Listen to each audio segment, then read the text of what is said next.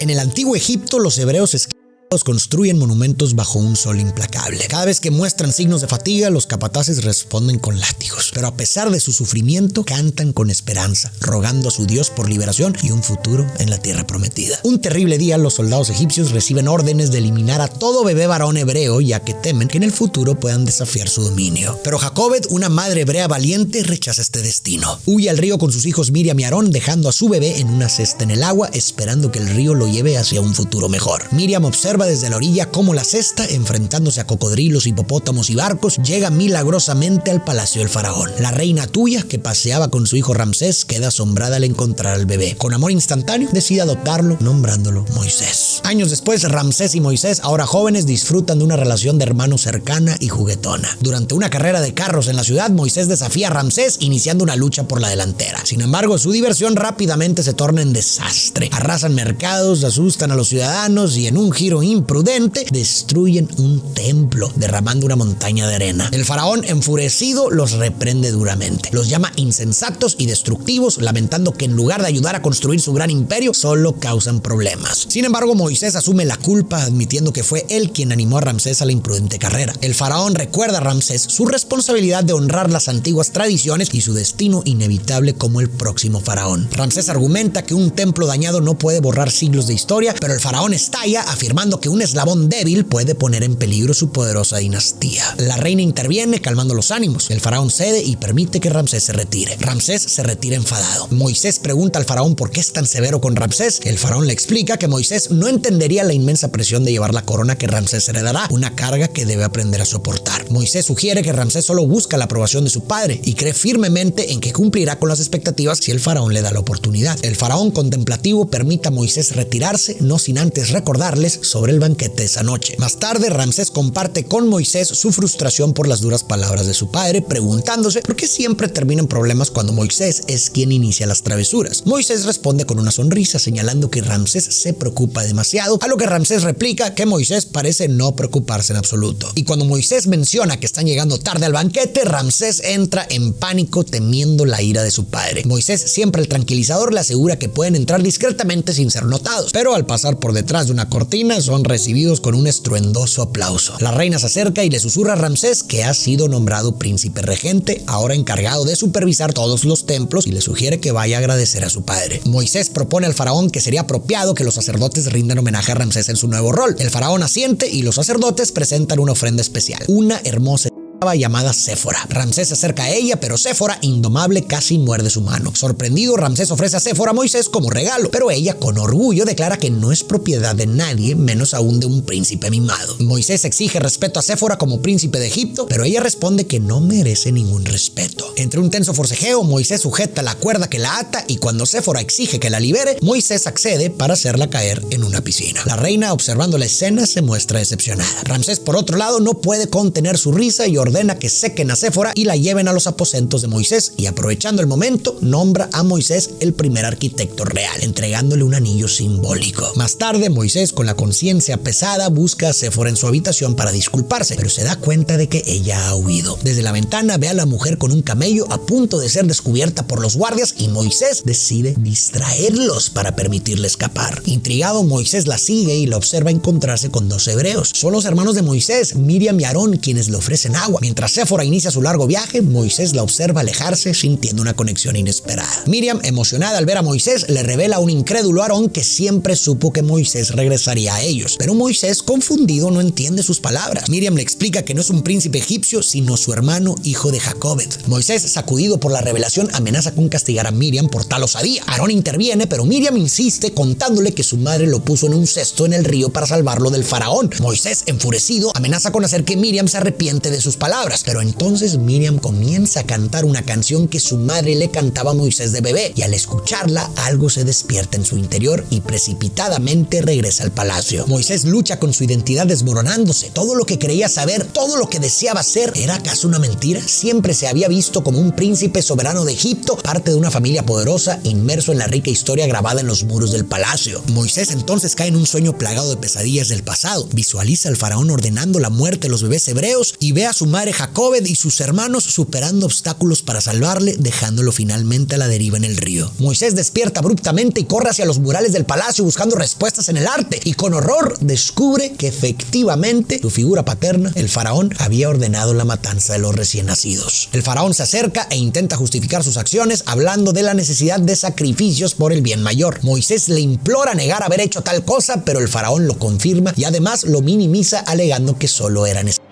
Moisés, horrorizado, se aleja. Confronta a su madre adoptiva en el lugar donde fue encontrado en la cesta. La reina intenta consolarlo, abrazándolo y asegurándole que es su hijo y que lo aman, pero el daño ya está hecho. Más tarde, Ramsés comparte con Moisés su ambicioso plan de restaurar y embellecer el templo, superando cualquier otro monumento en Egipto. Mientras Ramsés habla, Moisés observa conmovido el cruel trato a los hebreos, sintiéndose impotente. La situación se vuelve insostenible cuando Moisés ve a un anciano siendo torturado y en un intento de detener al guardia lo empuja accidentalmente del patíbulo, causándole la muerte. Conmocionado, Moisés decide abandonar el reino. Ramsés intenta convencerlo de quedarse, prometiendo que olvidarán el incidente, pero Moisés sabe que nada puede borrar lo que ha sucedido. Ramsés suplica a Moisés que no se vaya, pero Moisés le revela que no es quien Ramsés cree y le aconseja preguntarle al faraón. Después se despide de su hermano. Vagando por el desierto, Moisés sufre la inclemencia del sol y la falta de agua. Tropieza rompiendo su sandalia y frustrado se despoja de sus vestimentas y joyas egipcias, excepto del anillo que Ramsés le dio. Por si fuera poco, repentinamente una tormenta de arena lo envuelve, pero por fortuna un camello con una bolsa de agua lo encuentra. Moisés intenta alcanzar la bolsa y logra sujetarla, pero se desmaya. El camello lo arrastra hasta una fuente, donde recupera fuerza. Al ver a dos bandidos molestando a unas niñas, libera sus camellos para distraerlos. Sin embargo, el agotamiento lo vence y cae en un pozo de agua. Las niñas intentan rescatarlo, pero justo en ese momento aparece Séfora. Al reconocerlo, decide dejarlo caer. En breve, unas ancianas rescatan y cuidan a Moisés. Luego, Yetro, padre de Séfora y sumo sacerdote de Madián, lo acoge con calidez y lo invita a cenar como invitado de honor. Durante la cena, Yetro agradece los alimentos y presenta a Moisés como un joven valiente, pero Moisés se muestra reacio a aceptar elogios, creyendo no haber hecho nada digno de honor. Yetro, sin embargo, le recuerda que salvó a Séfora de Egipto y defendió a su otra hija de los bandidos, señalando que Moisés tal vez no comprenda su verdadero valor. Yetro canta entonces una canción que tiene las siguientes líneas: un solo hilo de tapiz, aunque sea de un color brillante, no sabe su propósito en el patrón del gran diseño. La roca que reposa en la cima de la montaña no es más importante que las rocas de la base. La valía de un hombre no se mide por cuánto ha ganado, sino por cuánto ha dado. ¿Cómo puedes saber el valor que tiene tu vida? No se puede ver a través de los ojos del hombre, sino a través de los ojos del cielo. La historia de este personaje de Moisés es un relato de desmoronamiento y reconstrucción de identidad. Inicialmente, Moisés disfruta de su posición de poder y prestigio como príncipe de Egipto, creyendo que su valía reside en su estatus y posesiones. Sin embargo, esta percepción de sí se desvanece cuando descubre su verdadero origen, lo que lo hace sentir insignificante sin tener estos pilares que creía que le conferían valor. Su transformación inicia justo aquí con esta canción, porque aquí empieza a adoptar una visión más trascendental de la vida y de sí mismo. Yetro le revela cómo mirar la vida desde los ojos del cielo. ¿Qué significa esto? Significa ver el valor de una persona no por sus logros materiales o posición social, sino por su calidad humana, sus actos y lo que ofrece a los demás. Significa ver todas las partes de un sistema como fundamentales y valiosas sin importar su posición o visibilidad. Y este lente le permite a Moisés comprender que su verdadero valor no proviene del poder o la riqueza, sino de su capacidad para servir a otros y de contribuir a un propósito mayor que él mismo. Y este cambio será esencial para abrazar una misión que le será revelada pronto. Además, ver con los ojos del cielo es algo que resuena fuertemente en un mundo donde a menudo se enfatiza el éxito individual y material. Cuando sintamos nuestra visión limitada, intentemos ponernos los lentes del cielo. Quizás esta perspectiva nos aliente a buscar un propósito que trascienda lo material y a reconocer el valor inherente de cada persona y a entender que, en el gran esquema de las cosas, somos todos interdependientes y esenciales. Moisés asienta en la vida de la tribu de Yetro, trabajando arduamente y cuidando las ovejas junto a Séfora, con quien su amor crece día a día hasta que deciden casarse. Una mañana, al notar la falta de una abeja, Moisés se encuentra con una cueva donde ve una zarza ardiendo de manera sobrenatural. En eso, una voz divina lo llama por su nombre y le ordena quitarse las sandalias, pues está en tierra sagrada. Al reconocer que se encuentra ante el Dios de sus antepasados, Moisés se quita las sandalias y escucha atentamente. Dios le revela su plan de liberar a los hebreos del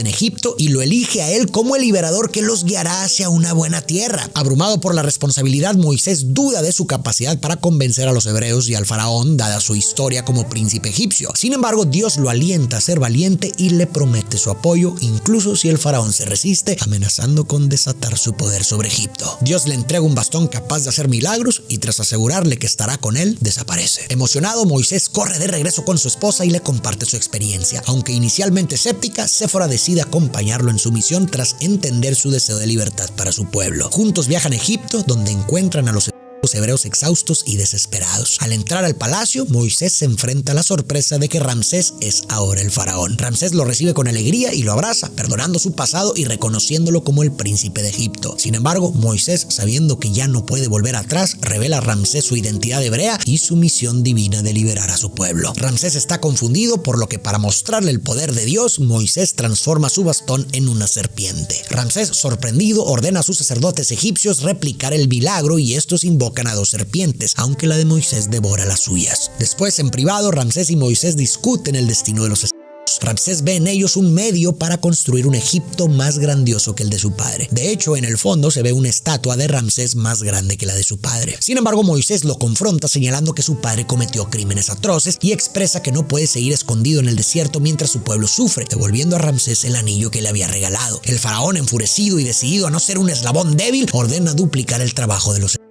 Para muchos, Ramsés es el villano de la historia, pero un análisis más profundo muestra que es un personaje trágico atrapado en luchas personales. Vimos que desde su infancia la enorme presión de convertirse en faraón y las críticas severas de un padre exigente marcaron su desarrollo y psique. Vemos que Ramsés busca incansablemente la aprobación de su padre, deseando sentirse seguro y valorado, pero esta búsqueda se convierte en una carga que lo acompaña hasta la adultez, afectando su conducta y sus decisiones. Esta herida paterna de Ramsés se manifiesta en su obsesión por superar a su padre, que es evidente en su ambición de construir un Egipto más grandioso y en erigir una estatua propia más grande. Por otro lado, también se refleja cuando ante la solicitud de Moisés de liberar a los hebreos, Ramsés utiliza las palabras de su padre y declara que no será el eslabón débil, viendo esta petición como un ataque a su fortaleza. Convencido de que su padre había manejado bien la situación con los hebreos, ceder significaría para Ramsés admitir debilidad y confirmar los temores paternos, marcándose como el eslabón débil de su dinastía. Además, como vimos, Ramsés ve a los esclavos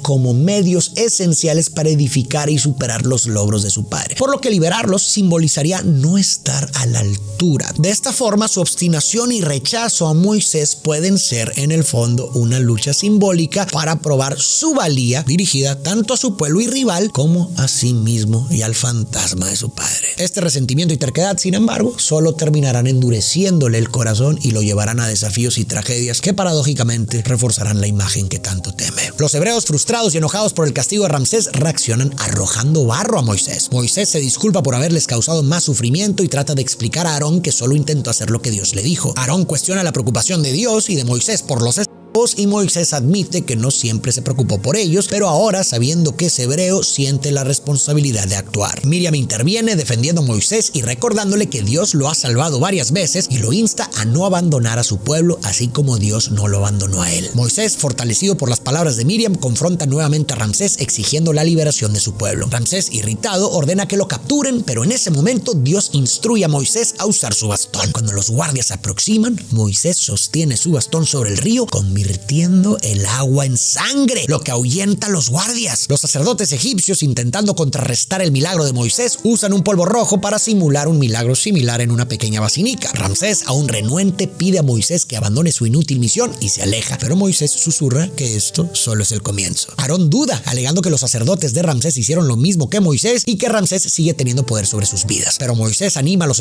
recordándoles que el faraón puede quitarles todo menos su fe, y les asegura que pronto verán las maravillas de Dios y alcanzarán la libertad. Ante la negativa de Ramsés, Dios desata su ira sobre Egipto con plagas de ranas, insectos y animales y lluvias de granizo y fuego, afectando a guardias, sacerdotes y al propio faraón. En un momento de calma, Moisés se acerca nuevamente a Ramsés rogándole que libere a su pueblo, pero Ramsés, terco, se niega a ceder. Moisés recuerda entonces un momento de la infancia cuando Ramsés intercambió las cabezas de los dioses en el templo, provocando caos y temor entre los sacerdotes. Ramsés. Ramsés le recuerda a Moisés que fue cómplice y aunque admite que Moisés siempre lo metía en problemas, también admite que siempre estaba ahí para ayudarlo. Parece que están reconectando, pero en ese momento el hijo de Ramsés interrumpe preguntando si Moisés es el responsable del caos actual. Este recordatorio enfada a Ramsés, quien reconoce que sí, pero no entiende por qué. Moisés argumenta que ningún reino debería construirse sobre la y que la terquedad de Ramsés está causando sufrimiento en Egipto. Nuevamente le pide liberar a los hebreos, prometiéndole que si lo hace se detendrán las plagas, pero Ramsés se mantiene firme en su negativa. Responde que nadie le da órdenes ni amenaza al faraón y establece que su padre supo bien cómo encargarse de los hebreos y ahora Ramsés terminará esa tarea. Entonces Moisés le advierte que algo peor está por venir. Esa noche, Dios instruye a Moisés a marcar las puertas de las casas hebreas con sangre de cordero para protegerlas, explicándole que aniquilará a todos los primogénitos de los hogares que no estuvieran marcados. Entonces un vórtice en el cielo libera un viento de luz que atraviesa Egipto, llevando a cabo la brutal matanza de los primogénitos, incluido el hijo de Ramsés. Debo confesar que la muerte de los primogénitos a manos de Dios me ha perturbado profundamente. Nos horrorizamos con la matanza de bebés hebreos al inicio, pero me pregunto, ¿por qué se justifica el acto similar hacia los niños egipcios? ¿Solo por tratarse de Dios? Personalmente dudo que esto haya sucedido literalmente como se relata. Pienso más bien que es un relato lleno de metáforas, porque con mucho respeto me resulta perturbador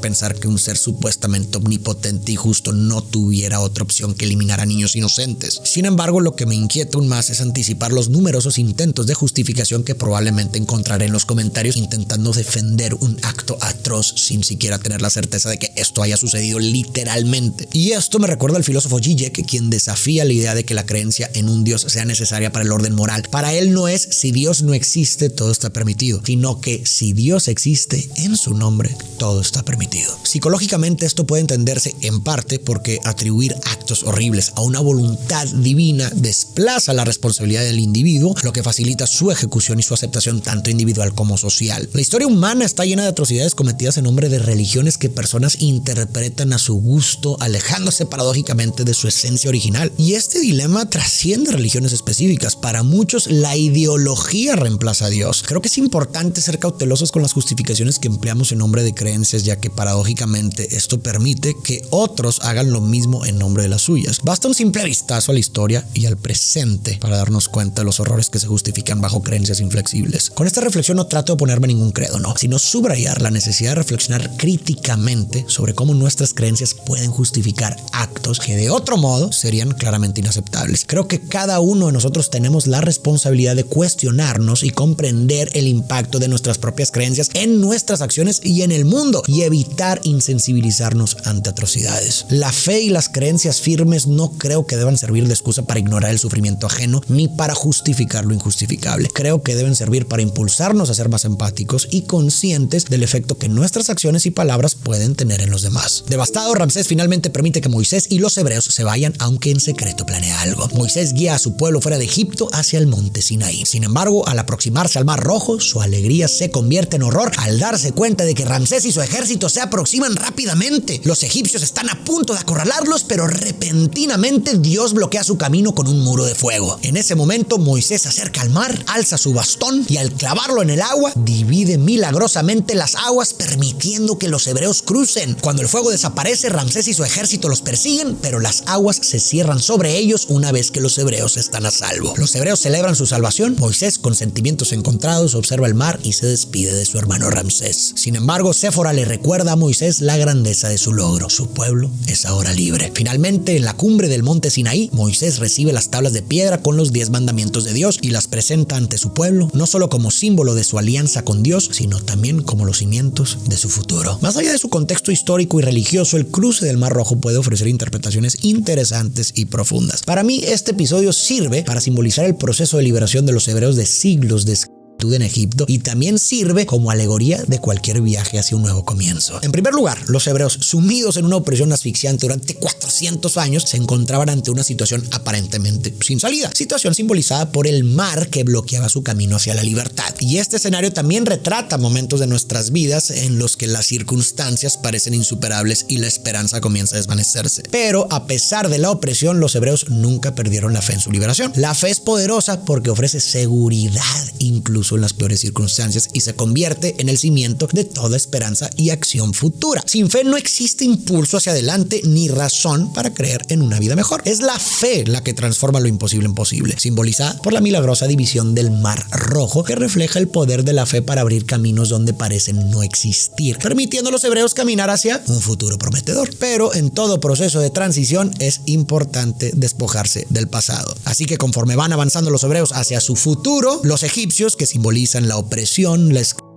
van ahogándose en el mar. De esta interpretación se desprenden dos lecciones fundamentales sobre los nuevos comienzos, y con esto quiero terminar. La primera lección es que la fe es esencial para abrir caminos y guiarnos a través de lo que parece infranqueable, para encontrar salidas en situaciones aparentemente sin esperanza y para perseguir un futuro mejor. Y la segunda lección es que para dar paso a lo nuevo es necesario despojarse de lo viejo y dejar atrás el pasado, dejar atrás aquello que nos ha definido pero que ya no nos sirve, para abrazar plenamente un nuevo comienzo y una identidad renovada. Si quieres que relate y reflexione sobre tu historia favorita o responda a dudas o comentarios, puedes volverte miembro del canal dando clic aquí abajo donde dice unirse. Esto te dará acceso a muchos beneficios exclusivos, además de que estarás apoyando inmensamente el canal. Si quieres ver más relatos, reflexiones e interpretaciones de historias, puedes darte una vuelta por el canal. Si buscas un poco, tal vez encuentres tu historia favorita. Y por si no lo sabías, tengo 3 libros publicados que puedes pedir desde cualquier parte del mundo. Aquí abajo te dejo la liga. Muchas gracias por tu apoyo. Nos vemos en el próximo video.